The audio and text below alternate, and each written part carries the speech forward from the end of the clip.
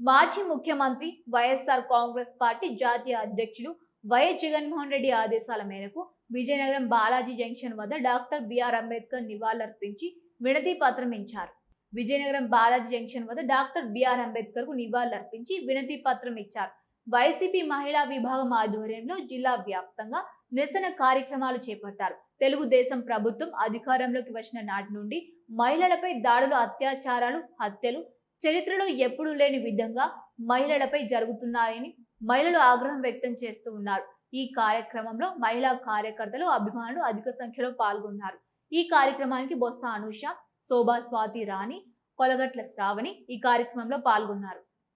ఆంధ్రప్రదేశ్ రాష్ట్రం గతంలోని ఆంధ్రప్రదేశ్ రాష్ట్రం అంటే జగన్మోహన్ రెడ్డి గారి పరిపాలనలో ఆంధ్రప్రదేశ్ అనగానే ప్రతి ఒక్కరు కూడా తలెత్తుకొని చూసే విధంగా ఈ రాష్ట్రం ఉండేది. అటు విద్యారంగంలో గాని, వైద్య రంగంలో గాని, పోలీస్ రంగంలో గాని, వ్యవస్థలో గాని అన్ని రంగాలు, అన్ని వ్యవస్థలో కూడా ఆంధ్రప్రదేశ్ మొట్టమొదటి స్థాయిలో ఉండేది. కానీ నేడు కూటమి ప్రభుత్వం పరిపాలనలోకి వచ్చిన తర్వాత అమ్మా ఆంధ్రప్రదేశ్ అని అనుకోవడంతో పాటు ఆహా ఆంధ్రప్రదేశ్ అనే స్థాయికి ఈ కూటమి ప్రభుత్వం తీసుకొచ్చిందని చెప్పడంలో ఎక్కడా కూడా అతిశయోక్తి లేదు. గతంలోని మా జగన్మోహన్ రెడ్డి గారు తీసుకొచ్చిన దిశ యాప్ ని శ్రీశక్తి యాప్ కింద తీసుకొచ్చారు. ఎందుకయ్యా శ్రీశక్తి యాప్ అని అడుగుతున్నా, నాలుక తీసుకోవడానికి అని అడుగుతున్నా.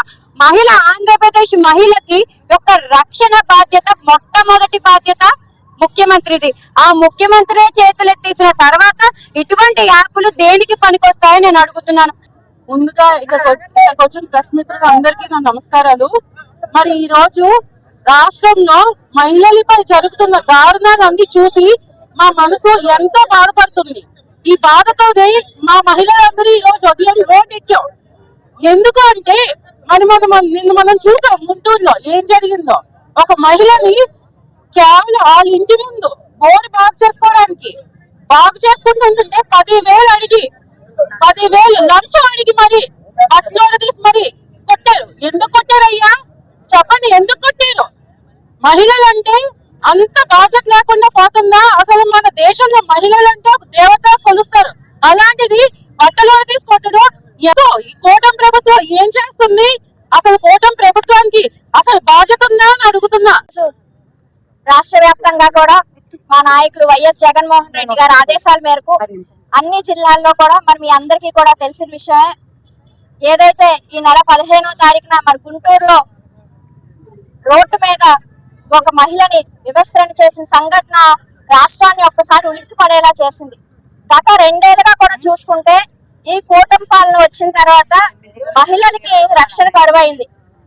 మీరు పచ్చ చొక్కా వేసుకోండి, తెలుగుదేశం సభ్యత్వం తీసుకోండి, మీరు ఈ మహిళల పైన ఎటువంటి కార్యక్రమాలు, ఎటువంటి అత్యాచారాలు చేసినా కూడా మేము కాపాడుతాం అనే తీరులో ఈ రోజు కూటమి ప్రభుత్వం ఉంది.